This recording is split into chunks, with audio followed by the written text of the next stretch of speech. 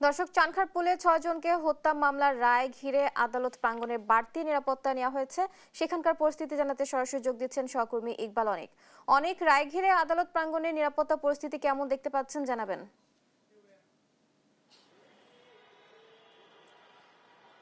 বুবলি, শেখ হাসিনা সরকার পতনের পর চানখারপুলে ৬ জনকে হত্যার ঘটনায় মানবতা বিরোধী অপরাধ মামলার কিন্তু রায় আজকে এই আন্তর্জাতিক অপরাধ ট্রাইব্যুনাল পুনর্গঠনের পর কিন্তু এটি কিন্তু দ্বিতীয় রায়। আমরা যদি আন্তর্জাতিক অপরাধ ট্রাইব্যুনালের আদালত প্রাঙ্গণ দেখাই, যেখানে কিন্তু যে প্রতিনিয়তই কিন্তু বাড়তি নিরাপত্তা থাকে, যেহেতু আজকে একটি দ্বিতীয় রায় ঘোষণা হবে, সেক্ষেত্রে কিন্তু আইনশৃঙ্খলা বাহিনীর তৎপরতা আমরা লক্ষ্য করেছি। যে প্রধান ফটকগুলো সামনে কিন্তু আমরা আইন শৃঙ্খলা বাহিনীর তৎপরতা লক্ষ্য করেছি। এখানেও কিন্তু যে প্রবেশাধিকার রয়েছে সেটিও কিন্তু সংরক্ষিত করা হয়েছে, এবং এখানে কিন্তু যারা আন্তর্জাতিক অপরাধ ট্রাইব্যুনালের ভেতরে প্রবেশ করছেন তাদেরকে চেক করে বা তাদেরকে তাদের নাম পরিচয় লিখে কিন্তু ভিতরে প্রবেশ করানো হচ্ছে। আর একটু যদি বলে রাখি, শেখ হাসিনা সরকার পতনের দিন ৫ই আগস্ট কিন্তু হচ্ছে চানখারপুলে এই পুলিশের বর্বরচিত হত্যাকাণ্ডের যে ৬ জন নিহত হয়েছে, তাই সেখানে কিন্তু ৮ জন আসামি ছিল, তার মধ্যে ৪ জন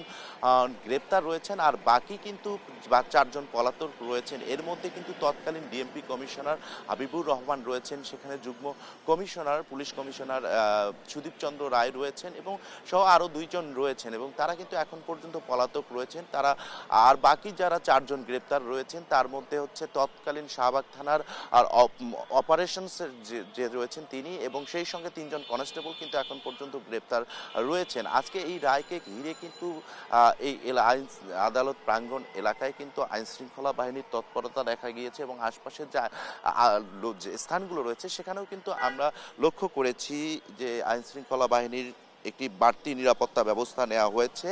এবং সব মিলিয়ে রায়কে কেন্দ্র করে কিন্তু আমরা দেখেছি হচ্ছে যাতে রায়কে ঘিরে কোনো ধরনের বিশৃঙ্খলা না ঘটতে পারে, সে বিষয়ে কিন্তু আইন শৃঙ্খলা বাহিনী সচেষ্ট রয়েছে। এবং প্রশিক্ষণের এই যে রায়কে কেন্দ্র করে কিন্তু এই রায়টি কিন্তু সরাসরি কিন্তু বাংলাদেশ টেলিভিশন বিটিভি কিন্তু দেখাবেন, এবং এই রায়ের পর যাতে কোনো ধরনের বিশৃঙ্খলা না হয় সেক্ষেত্রে আইন শৃঙ্খলা বাহিনী তৎপর রয়েছে। বুবলি।